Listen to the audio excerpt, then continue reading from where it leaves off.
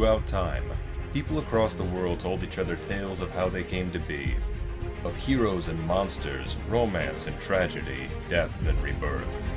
Mythology helped shape the ancient world, explaining the unexplainable. This is Mythology Unleashed.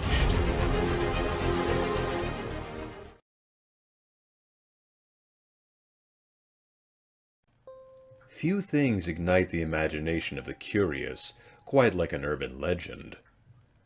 Even more so if the legend has a chance of being oracular in nature. Add in the potential for life-threatening danger, and the intrigue will only soar. Perhaps this would explain the longevity behind the legend of Bloody Mary. A popular legend in various English-speaking countries, the tradition claims that if one were to follow a certain ritual, they may be able to summon the ghastly image of Bloody Mary. The summoner must hold a lit candle in a darkened room with a mirror, usually a bathroom, and recite the specter's name into the mirror. Bloody Mary. Bloody Mary. Bloody Mary. The summoner would then be greeted with the grim visage of Mary's reflection in the mirror, standing behind them. Bloody Mary is often described as being a young woman in period clothing, sometimes covered in blood, or having blood dripping from her eyes and orifices. Some say that Bloody Mary is a benevolent figure, offering wisdom or revealing details of the future, like an oracle, such as who the summoner will marry or when they will die. But just as rampant are stories of Bloody Mary attacking the summoner, pulling them into the mirror, draining them of their blood, or stealing their soul. A macabre story, with an equal amount of thrill and chill. But how did this ritual come to be? And was Bloody Mary inspired by a pre-existing figure of folklore, or even a real-life figure? Since at least the 2nd century CE, scare-seekers and the superstitious have been dabbling in catoptromancy for a number of divinatory reasons. In ancient Greece, sick people would visit temples where they would look into a mirror. If a healthy-looking apparition stared back at them, they were expected to recover. But if the apparition was ugly or decrepit, their days were numbered. In Edwardian Britain, young women would look for visions of their future husbands by walking up a flight of stairs backward, holding a candle and a handheld mirror in a darkened house. As they gazed into the mirror, they were said to be able to catch a view of their future husband's face. There was, however, a chance that they would see a skull instead, rumored to be the face of the Grim Reaper, indicating that they were going to die before they would have the chance to get married. These examples may be the roots of the ritual of Bloody Mary. But then that begs the question, just where did Bloody Mary herself come from? While there is no confirmation on the identity of Bloody Mary, a number of possible contenders have been theorized. Some believe that the Bloody Mary legend is directly tied to Queen Mary I of England, who would in time earn the nickname of Bloody Mary. Born on February 18, 1516, to King Henry VIII and Catherine of Aragon, one of Mary's most urgent priorities as queen was returning England to the Catholic Church.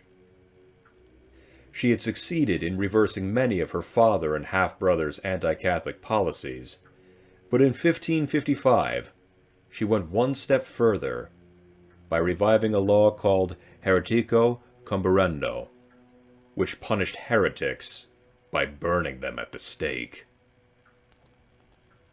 Until the time of Mary's death, nearly 300 Protestants were burned alive at her command.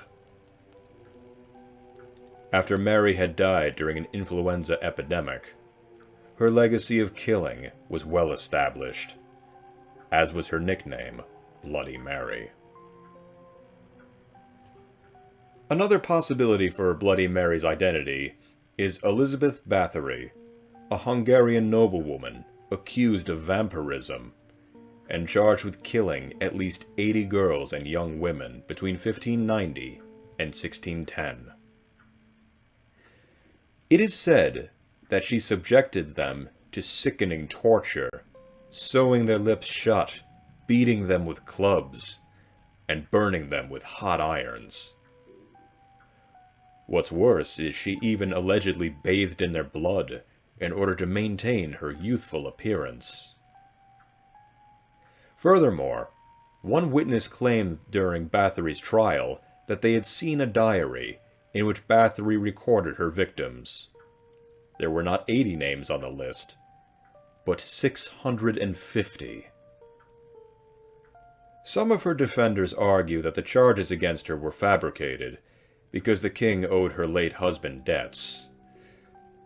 Regardless, her bloodthirsty reputation has cemented Bathory as a fair candidate to be Bloody Mary. Yet another potential candidate is Mary Worth, a mysterious woman whose own history is shrouded in mist, to the point that some question whether or not she truly existed at all.